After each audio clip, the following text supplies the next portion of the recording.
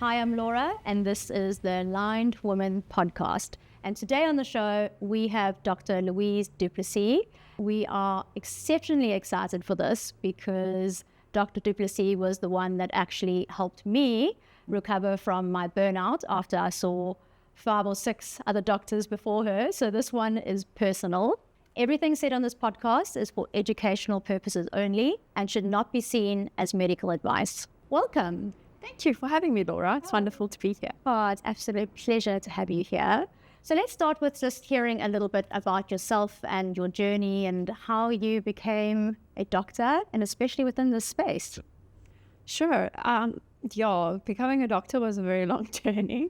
For me, it was 100% a faith-based decision. I believe that was the direction that God was pointing me in, and took a leap of faith, and a million miracles got me here and through med school.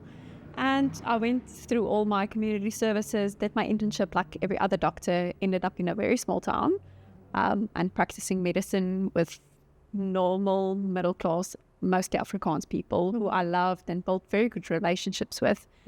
But I soon came to understand that I'm missing something in medicine, because I saw people who I knew very well complaining about things, and these were not people who would have complained if it wasn't a problem, and I couldn't help them. So I realized that something's missing, that something in my training had not prepared me for the patients that I was seeing. I was fully equipped to save a life, but that didn't necessarily mean these people had quality of life.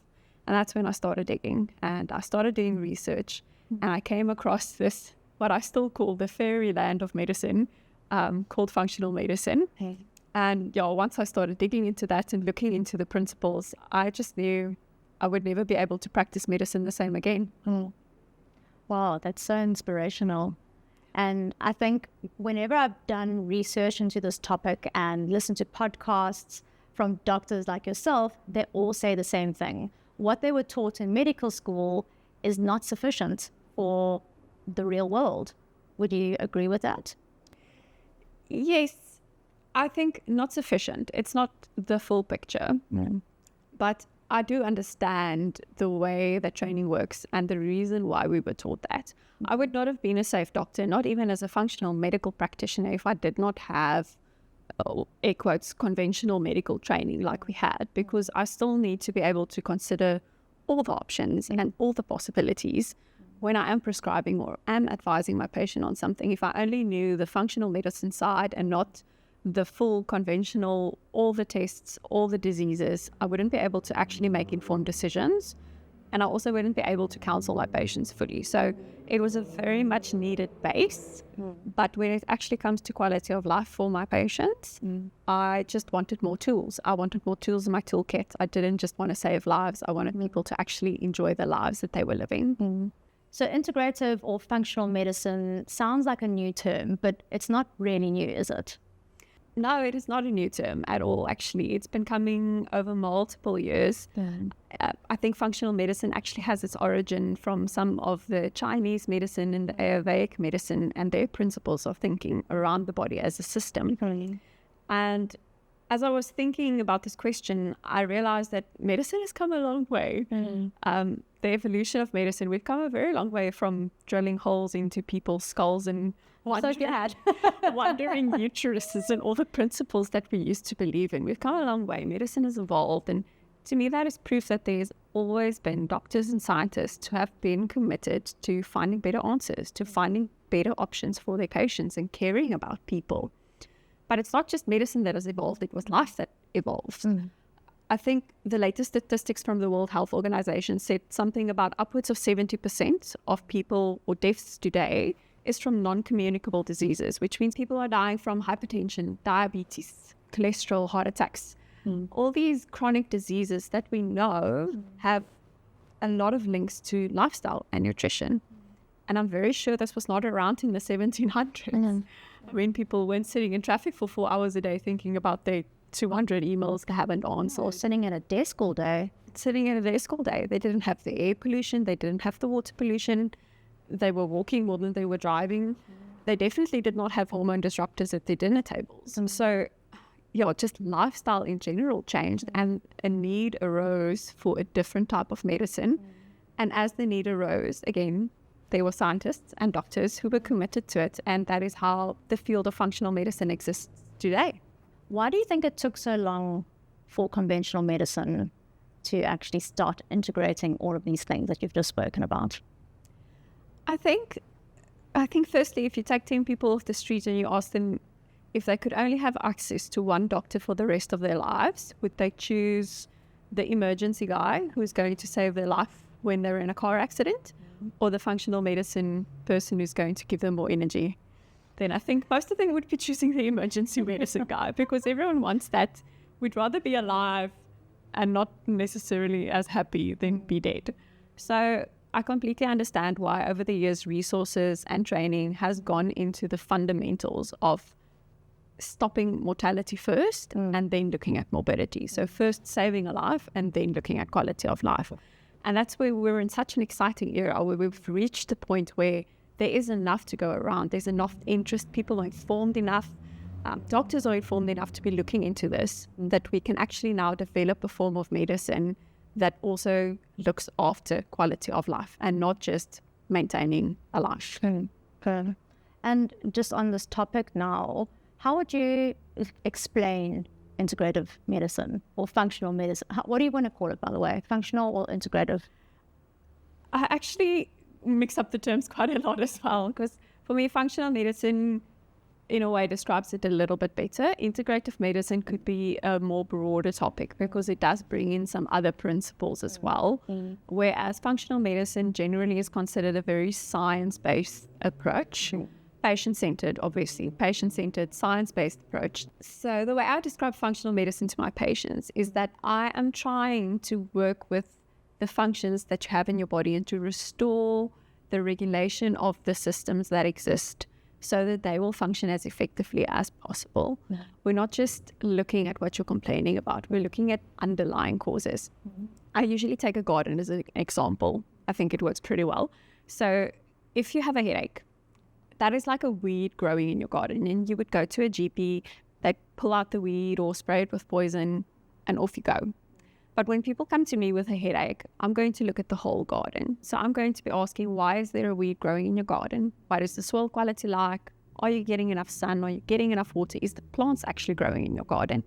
So we definitely take a more holistic approach to any symptom, because we know that symptoms are it's not just the sign of an illness, it's your body sending a signal about something that is not right. And we need to be interpreting those signals correctly. Such a good way of describing it. I love that analogy. I know that my garden was dead when I came to you. But what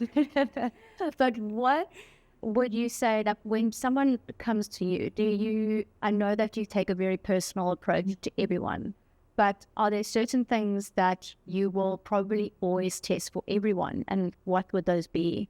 So every patient is different.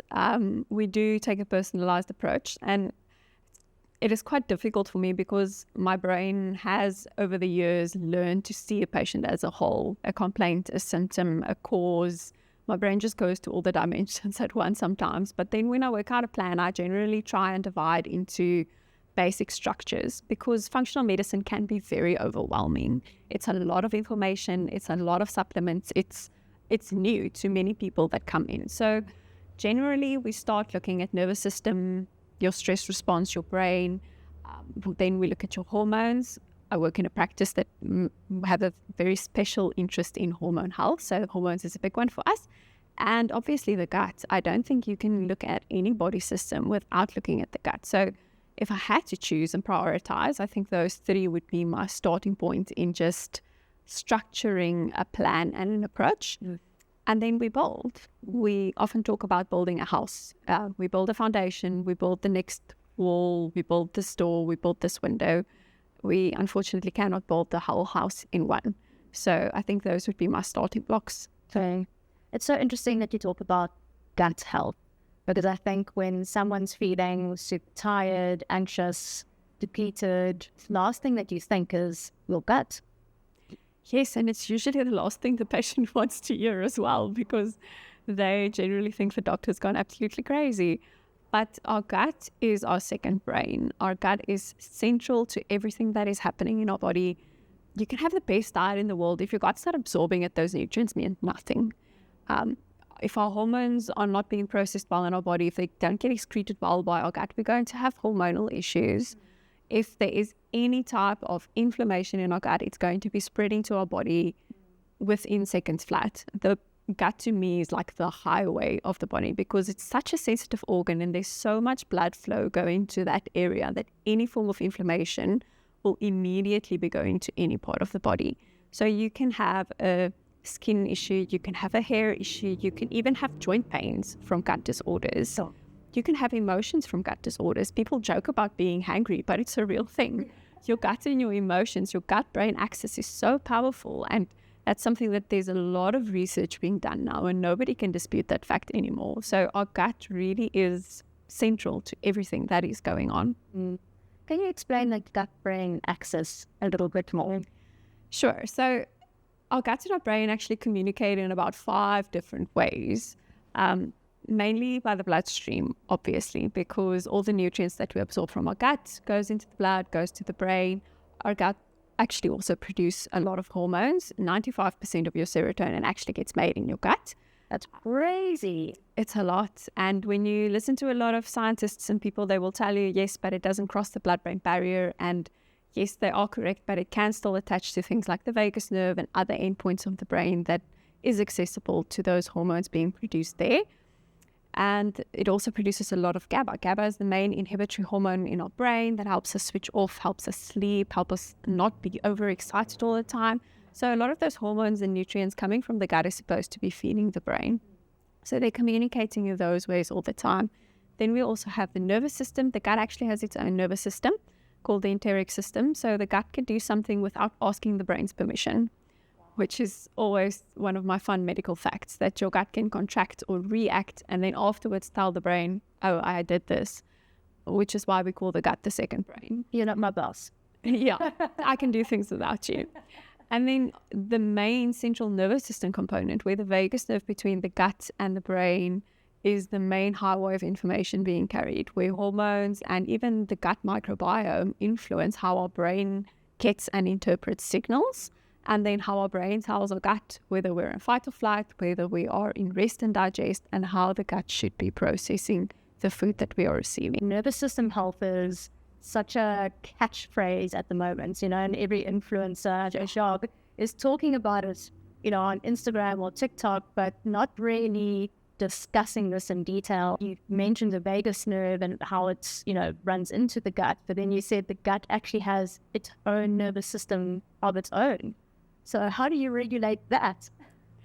Yeah, so the body really is a system of systems. All these systems are constantly communicating with each other. And if our nervous system is hyper excitable, if we are anxious, if we are overstimulated all the time, that message is going to be communicated to the gut. So our gut is going to have that fight and flight type of response not working appropriately, because when you're running away from a lion, there's no energy to be processing food.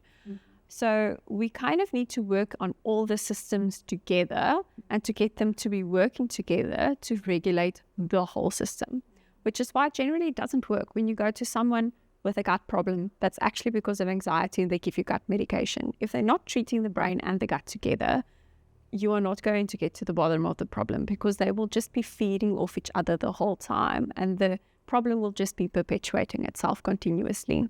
So we spoke about hormones earlier, and you said if the gut is not excreting the hormones correctly, is that what you said? Yes. Okay. Yeah.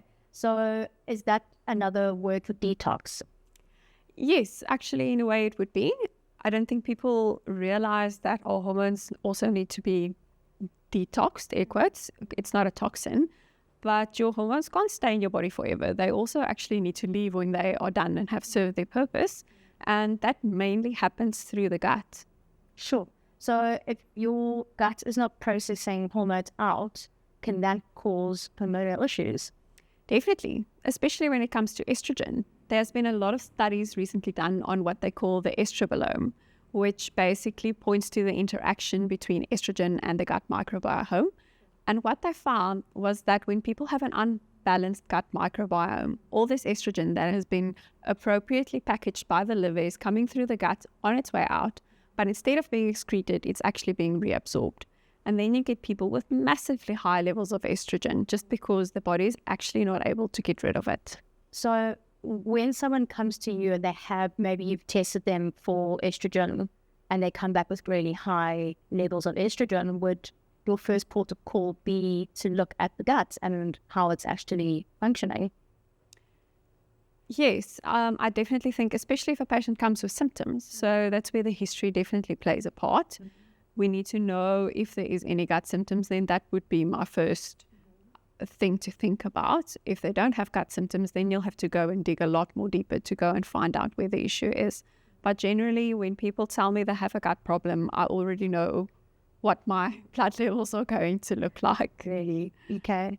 I know that you see patients individually, and obviously everybody has their own issues, and you've got to look at all of those in an individual way. But are you seeing any patterns specifically with women? I am definitely seeing a lot of patterns. It does change in terms of demographic, where you practice and what type of practice you have. Where I'm currently practicing, we specialize in hormones. So generally my population is your perimenopausal, postmenopausal women, or women in any age range where they have hormonal issues. And I can definitely see that stress is playing a massive role in almost every woman that I see. Okay.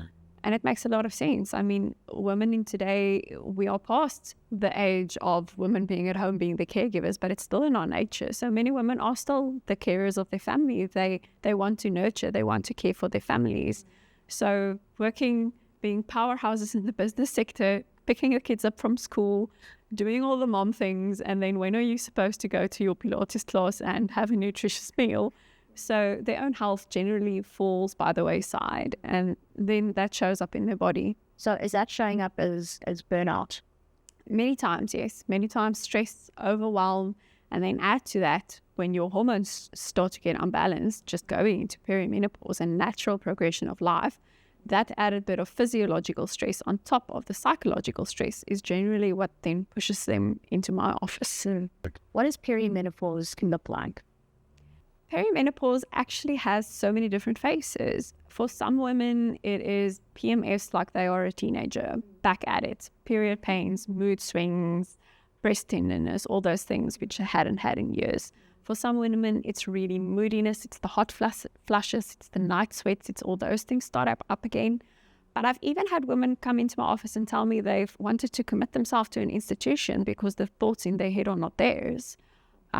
Or some women just tell you they just feel off. Their body is just not functioning. It's just not doing what it was doing. They just don't feel themselves. And then when you just give them a little bit of hormone support, suddenly the world is all rosy and happy again. So you talk about women coming in and feeling like, there's depression and anxiety and wanting to be committed, as you said.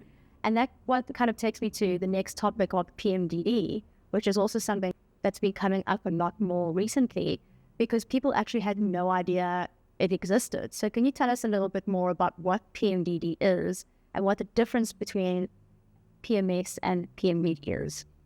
So I think the big difference between the two is that the one is a general change. PMS, a lot of women experience PMS. It is literally just the difference in hormone fluctuations that is happening throughout a normal cycle. For some people it's worse, for others it's bearable.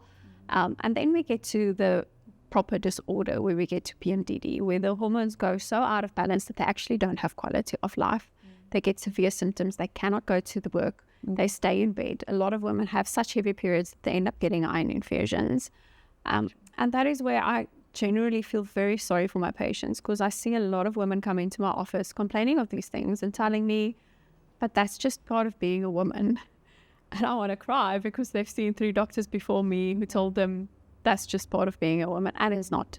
Your hormones should never be out of range so badly that it is influencing your daily life. And just with a little bit of research that I've done on PMDD, is it your brain that it's the way that your brain reacts to these hormone changes more than the hormones themselves, or is it both that are the issue? I think it's both. There is the two different schools of thought. But at the end of the day, I don't think the question is really which one is influencing which one, because in our treatment plan, again, if you're only addressing the brain and you're not addressing the hormones, you are not supporting the whole system. And if you're only addressing the hormones and you're not addressing the brain, again, you're not addressing the whole system. So we want to be looking at it holistically. We want to be treating the whole system to get that normal regulation back for the patient. And it can be really difficult, but there is a lot of nice research being done. So I think watch the space, especially with PMDD. There might be some nice therapies coming out soon. Fantastic. And what would you say the typical symptoms are of PMDD if someone's worried that it's more than PMS? I think any symptom that is influencing your life to such a degree that you cannot function. So it will be severe pains. These people really, they are on opioids. They have severe bleeding. They have severe depressive symptoms.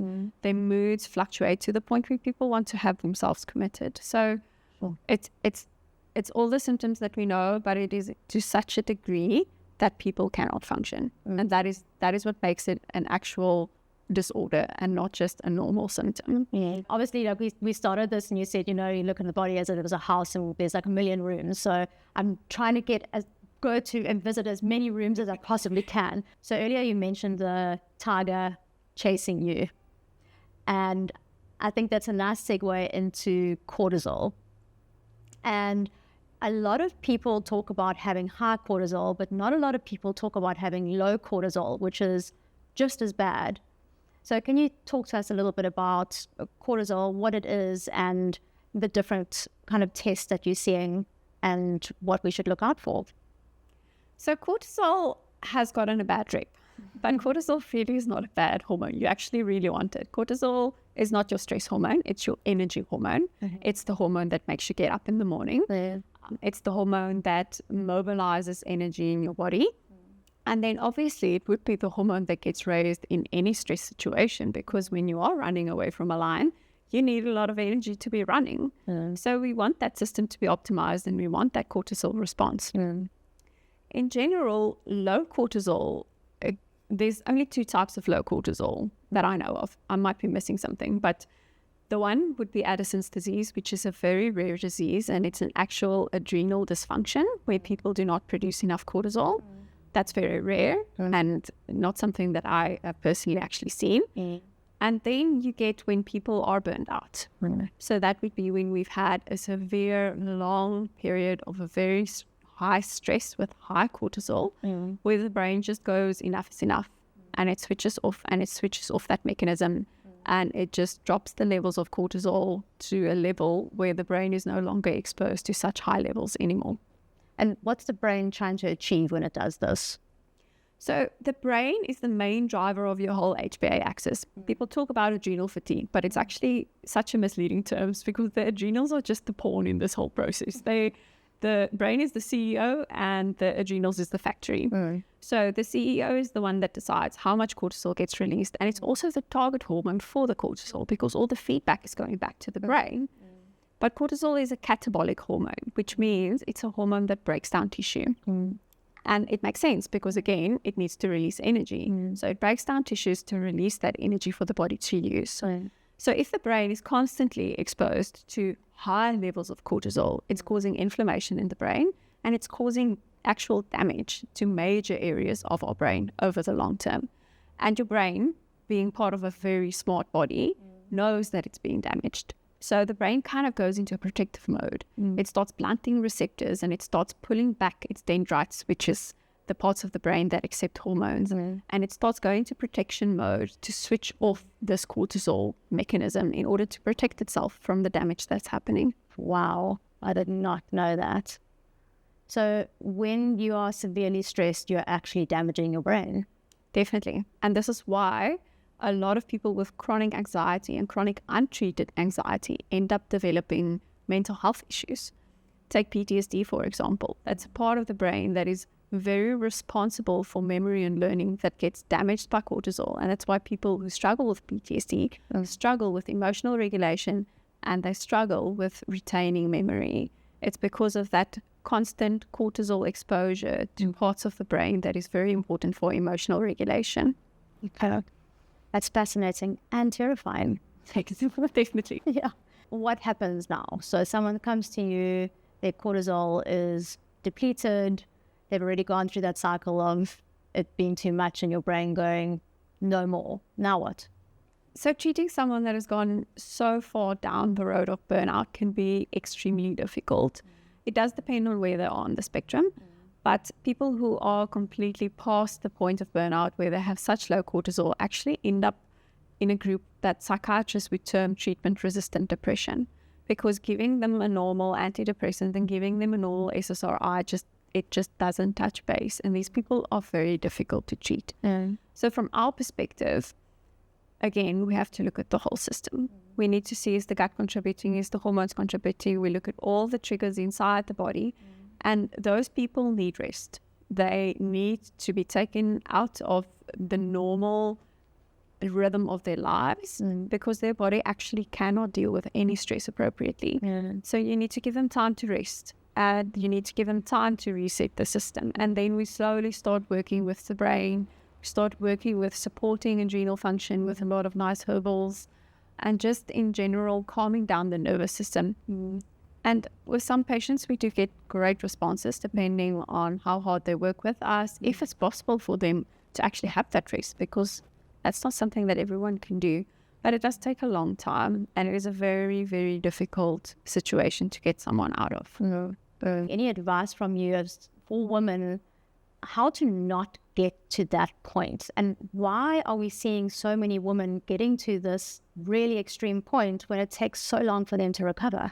I think it's a combination of reasons. I think in general, women are extremely resilient, and we are tough creatures.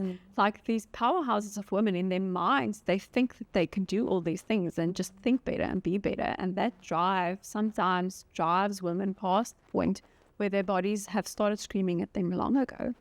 So I think on one side, it's actually just determination. On the other side, it's people not knowing what stress is. I have so many people coming to me and telling them, but their lives are easy, they don't really have stress. I'm like, okay, yes, but how much stimulation do you get in a day?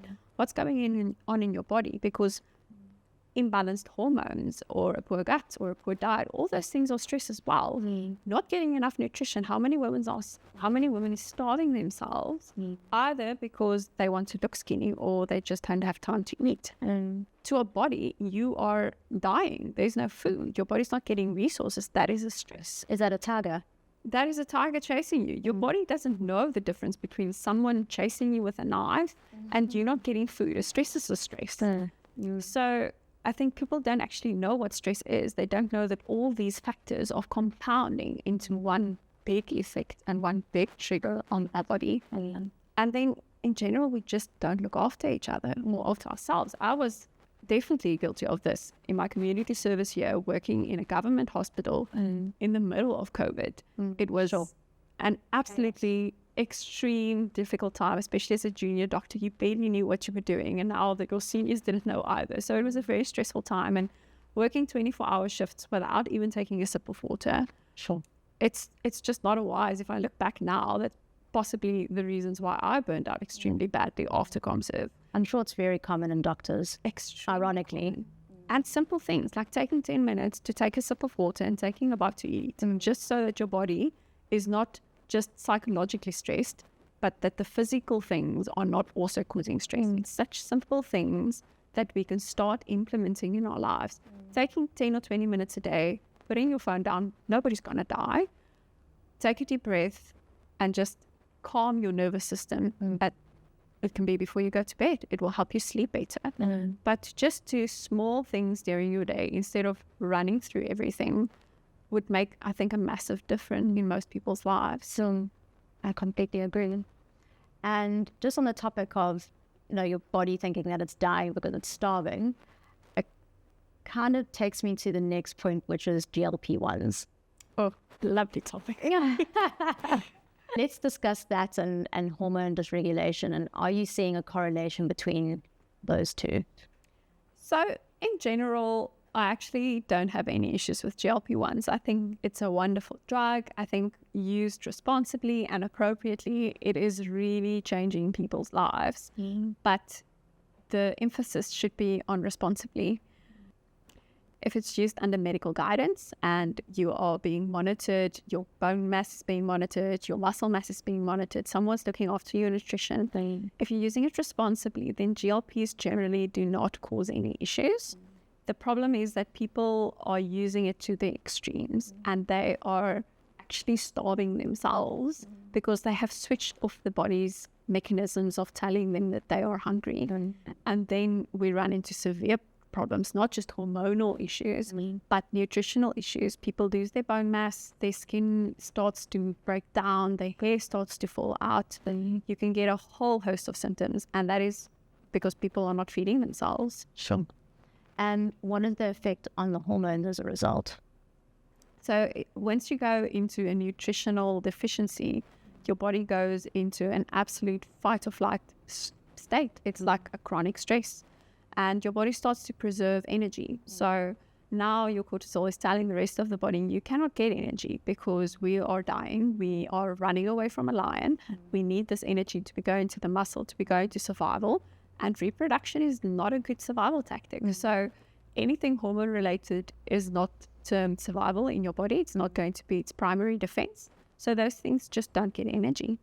So your hormones generally, especially your progesterone, we get this term that medical literature is still trying to decipher properly, but we see that women have wonderful blood results for their progesterone, but then progesterone actually doesn't go into cells. Sure. That there is actually a disconnect between the hormones in the blood and what a patient is experiencing in their body. When your body is producing massive, copious amounts of cortisol, it's actually using the resources that it needs to produce hormones and producing less hormones, less progesterone, less DHEA. And that is when people start to feel fatigued, they start losing their cycles. We see it in professional athletes all the time. So generally, you need nutrition. If your body thinks you are dying, it's going to switch off everything that you think is normal life. Yeah, I think the key word there is responsibility and using it responsibly. And I know there's a lot of women that are using it, and you can buy it so easily off the black markets, and they don't actually know the damage that they're doing to their body. There's a trend at the moment, it's called skinny talk, and I think it's also come back again, you know, these Kate Moss days of being really, really thin and having these celebrities looking like absolute stick figures. And I really worry about teenagers that are influenced by this kind of stuff, because I remember those days when we had the Britney Spears and the Christina Aguileras and the Kate Mosses when I was younger, you know, and we didn't have social media back then. We just saw the magazines, and that was bad enough, you know. So imagine that being in your face all the time. And I just think, you know, as mothers being role models to their children, and also just women in general to just look after themselves. I think the biggest problem, and let me know if you agree, is not really like what's happening to you now, but what's going to happen to you when you're 60, 70, 80. You're not going to be able to get out of bed. Oh, for sure. And I think the thing that people are missing is that they are taking these GLPs to be skinny, but none of them are exercising. None of them are getting any nutrients in. And if you do that, if you have a balanced diet, if you have a balanced exercise regime, you can have a healthy body. And yes, it is a little bit of hard work, but the consequences of that is just something that I don't want to take up on. And that's something I see a lot. I commonly ask people, you have a 10-year financial plan and you have a 10-year family plan, but what's your 10-year health plan? The choices you make now is going to determine if you're going to be playing with your grandkids at 90 or if you are going to be in a wheelchair somewhere, not being able to have a coherent conversation. And when we are putting our bodies through things like this for the sake of vanity, to be honest, we are actually now cashing a check that we are going to be paying later. So if it's used in conjunction with a good and healthy lifestyle, I think it's a wonderful drug and it's really helping people. But people need to be conscious that taking GLPs irresponsibly is as bad as being an alcoholic, as doing any other form of drugs that is damaging your body in the long term. I think that's a pretty strong note to end on. Yeah. Probably. Yeah. Maybe. Well, we've visited many rooms in the house, so thank you so much. And I know that you're going to be covering a lot of the stuff in the Aligned Women Blueprints, and I'm really excited for the learners to get access to you, because I think a lot of people generally don't have access to specialists like you, and it's I'm really grateful for you being a part of this, and thank you so much for your time today. Thank you, Laura. It was nice to be here.